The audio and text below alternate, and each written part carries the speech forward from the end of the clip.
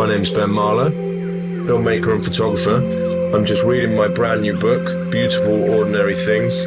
It's out now, it's my first book, I'm really proud of it.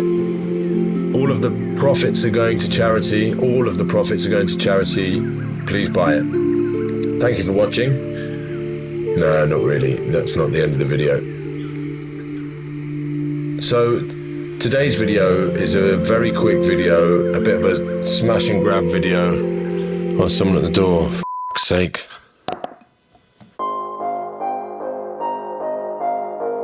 That was very inconvenient. It's now getting dark, but I did have a nice coffee with Keith. I've picked up the kids, the dinner's on, we can continue. So I just wanted to make a quick video because of something that I experienced yesterday when I was out taking photographs in Marlow. Yep, Ben Marlow in Marlow. Oh, mind blown. I had an hour spare to go and do some photography, and I've got a Sony A7CR or A7CR, which I've just picked up. So looking forward to getting used to that and wanted to get out and use that. So I walked up and down Marlow High Street a couple of times, just photographed what was in front of me. I don't know what was going on, but I just wasn't feeling it at all. Sometimes you got to get home and see the pictures on a screen and edit them before you can kind of see if they're any good or not, but I just knew that these were photographs that I wasn't going to use. In fact, I probably took one photograph that I think is okay, the rest of them not being too great, but I guess this is what being a photographer or anything that you do a lot is about, is having good days and bad days. So I was getting quite disheartened and quite dejected, and I thought, right, I'm not feeling this, I'm just going to go and put the camera away, go and have a coffee, chill out and do a bit of work before my meeting. So as I'm walking to the coffee shop, I walk past this women's clothing store, and there's a dress in the front window on a mannequin, and I thought, oh, that would sparkle up nicely, you know, as a blurred sort of bokeh background.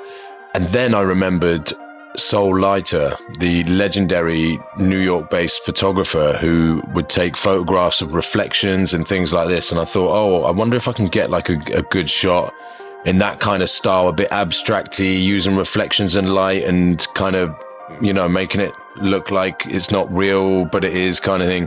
So I focused the camera on roughly where I thought the subjects were going to be, and I just waited for someone to walk past. When they walked past, I pressed the shutter down, I got a snap, and instantly I got that feeling this could be an okay photo. So I stayed in this spot, got a couple of shots there, and then when the people in the shop started looking at me a bit funny, I thought I'd move on and try and find somewhere else. Where I found this, I think it was kind of like this mistletoe type thing on a doorway with this circular reflection in the middle that basically just drew your eye straight to the subject there. So I did the same thing, zone focused, got my subject so they'd be roughly in focus, and started snapping away.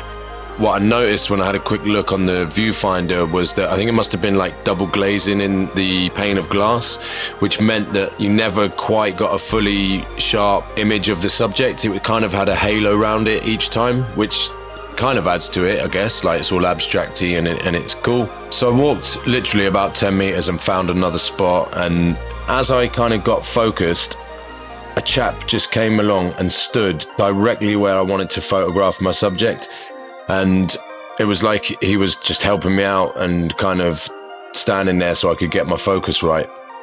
Again, nothing that's going to set the world on fire, but then one thing happened as I was just thinking about packing up and going. Another gentleman walked past. I managed to click the shutter at the exact moment that he walks by, and he's also looking at what I'm doing. But because he's in a different reflection of a different door of the window, you've got two people looking straight at me from different perspectives, and they both happen to be wearing dark glasses. So I snapped it, and as I said, in that moment I got that feeling that you get, which for me is actually quite rare, when you know you've got a really good picture and you can't wait to get home and edit it. There's so much that I love about this picture. I just love the hectic mess of it and the fact that there's something to look at in every pixel. I love how definite parts of the picture are, and I love how blurry and ambiguous other parts are. the reflection and the inside of the shop blend, like how the necklace around the mannequin's neck seems to then drape over what appears to be the apex of a building and then drape back down looking like fairy lights on the building, but actually that's the chain that goes around the handbag. Guy who's just looking at me thinking, why is that geezer just photographing that mannequin? And you've got the other guy who kind of appears in between another building and then that plant or a tree.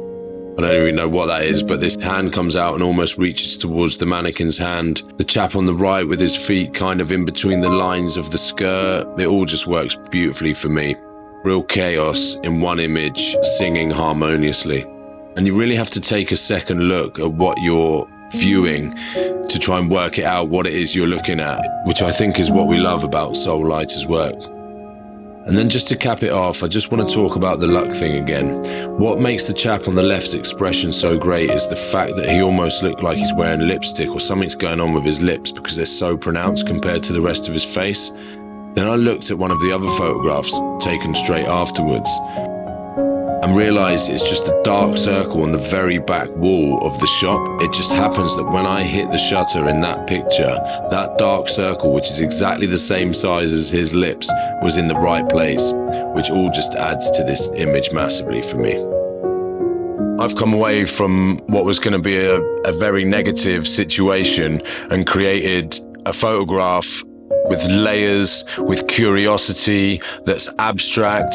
It's pretty different to the stuff that I normally do, and it's definitely going to make it onto my website. So thank you very much for watching this video. I hope you've got something out of it. I hope the next time you're in a bit of a rut on your shoot, you can switch it up and get something really cool. And I guess I'll see you in the next one. Thanks for watching.